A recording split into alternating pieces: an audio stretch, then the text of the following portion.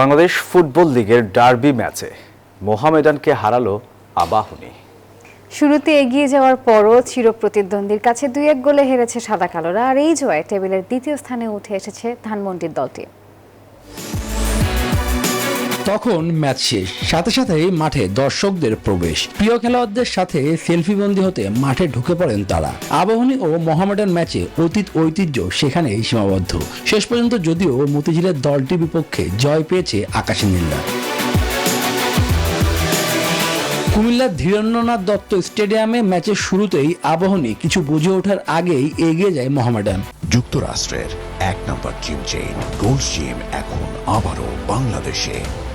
বসুন্ধরা আবাসিক এলাকা ও Bashundhara city shopping মলে কর্নার থেকে দারুণ এক গোলে দলকে এগিয়ে দেন মুজাফফরভ। ম্যাচে ফিরতে খুব একটা সময় নেয়নি আবাহনী। ১৭ মিনিটে মিরাজুল ইসলাম দলকে সমতায় ফেরান। প্রথমার্ধে ম্যাচে ফেরার চেষ্টা করেও সফল হতে পারেনি আলফাদের শিষ্যরা। বিরতি থেকে ফিরে গোলরক্ষক মিতুল মার্মার সাথে সংঘর্ষে অ্যাম্বুলেন্সে করে মাঠ ছাড়েন হাসান মুরাদ।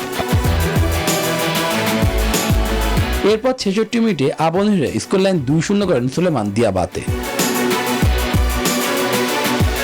শেষ পর্যন্ত অনেকবারই মোহামেডানের সামনে সুযোগ আসে ব্যবধান বাড়ানোর, কিন্তু কখনো ডিফেন্ডার আবার কখনো গোলরক্ষকের দৃঢ়তায় আর হয়ে ওঠেনি। শেষ পর্যন্ত জয় পায় আবাহনী।